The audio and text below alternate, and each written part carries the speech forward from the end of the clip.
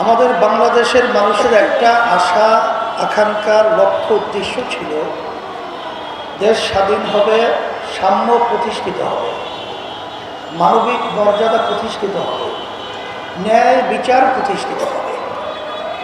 কিন্তু আমরা ৫৪ বছরে কি দেখলাম?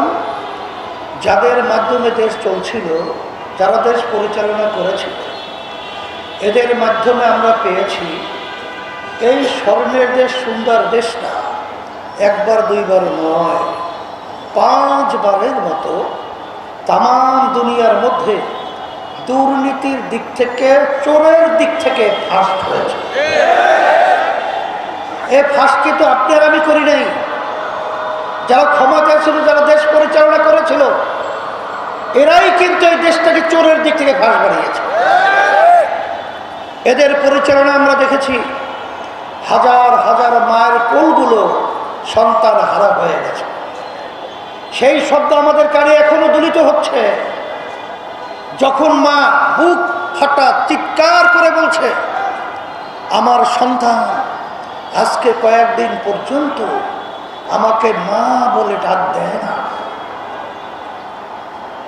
আমাদের দেশের টাকাগুলো ওরা ক্ষমতার চেয়ারে বসে টাকা কামাই করি, আপনি আমি, আমাদের বিদেশে আমার ভাইয়েরা রোদ্রের ভিতরে পুরে চামড়া কালো হয়ে যায়, সেই টাকাগুলো বাংলাদেশে পাঠায় রেমিটেন্সের মাধ্যমে। আমাদের দেশ আজকে বিশ্বের মধ্যে এক কথায় মাথা উঁচু করে দাঁড়াবার সুযোগ পেল। সেই টাকাগুলো বাংলাদেশে পাঠায়, আর ওরা চেয়ারে বসে আমাদের কষ্ট অর্জিত সম্পদ টাকাগুলো বিদেশে পাঠিয়ে বেগম পাড়া তৈরি করে। এইভাবে কি আমাদের দেশ চলবে না? পরিবর্তন দরকার আছে। আমার ভাইদেরকে বলবো, পর্দালে মা বোনরা যারা শুনছেন, ইসলামের কথা শুনলেই অনেকে ভয় পায়। আশ্চর্য কথা, ইসলাম শব্দের অর্থ শান্তি। এর ভিতরে অশান্তি আসবে কোথার থেকে?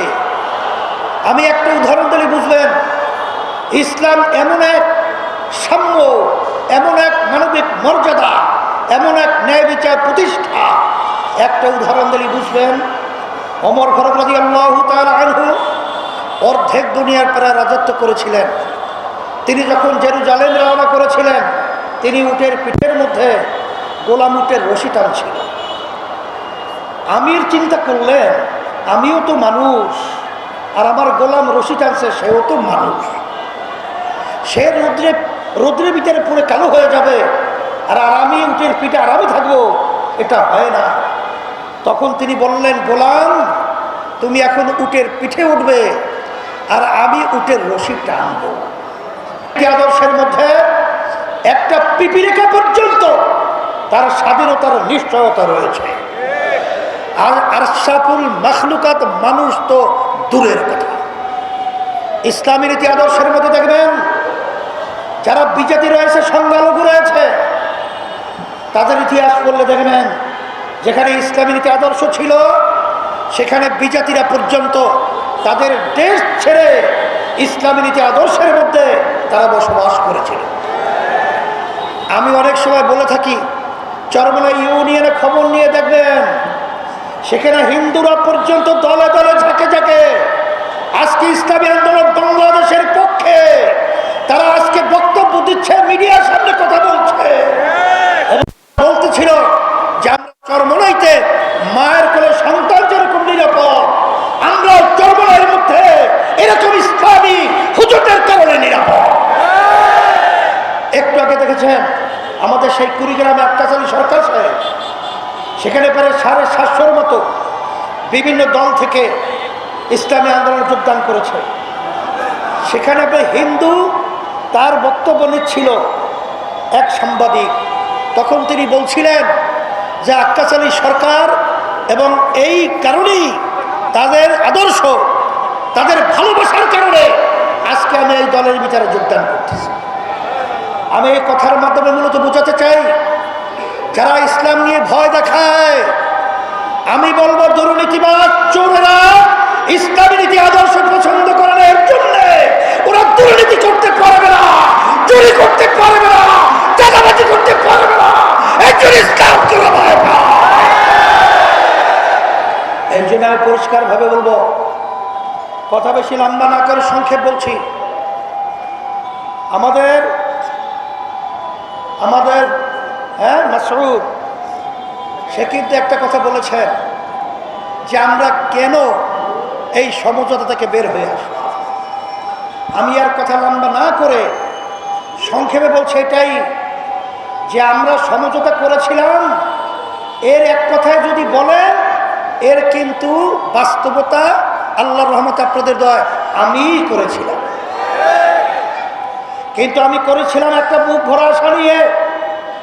53-54 বছর এই দেশ যারা শোষণ করেছে, মায়ের কোল সন্তান হারা করেছে, আমাদের দেশে থেকে বিদেশে পাচার করেছে, আর এই বাংলাদেশ আমরা দেখতে চাই না। এই বাংলাদেশ আমি জন্মগ্রহণ করেছি, এই বাংলাদেশের ভালো, এই বাংলাদেশের খারাপ, এই বাংলাদেশের উন্নয়ন, এর সঙ্গে প্রতিটা পরতে পরতে আমার সম্পৃক্ততা আছে না নাই? এই জন্য আমরা চিন্তা করেছিলাম এই দেশটাকে একটা সুন্দর দেশ করব, একটা ভালো দেশ বিনির্মিত করব। কিন্তু একদল স্বার্থন্বেষী মহল সাইনবোর্ড লাগিয়েছে ইসলাম, কিন্তু ভিতরে হলো সব ইসলাম।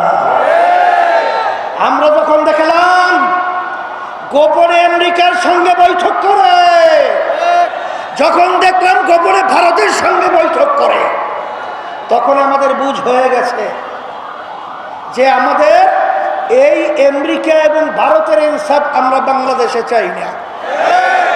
আমরা চাই ইসলামের নীতি আদর্শের ইনসাফ। সেই হিসাবে ইসলামী আন্দোলন বাংলাদেশ আমরা কিন্তু আল্লাহর রহমতে একা হাত পাকা প্রতীক নিয়ে সারা বাংলাদেশে 258 আসনে আমরা আল্লাহর রহমতে প্রতিদ্বন্দ্বিতা করছি।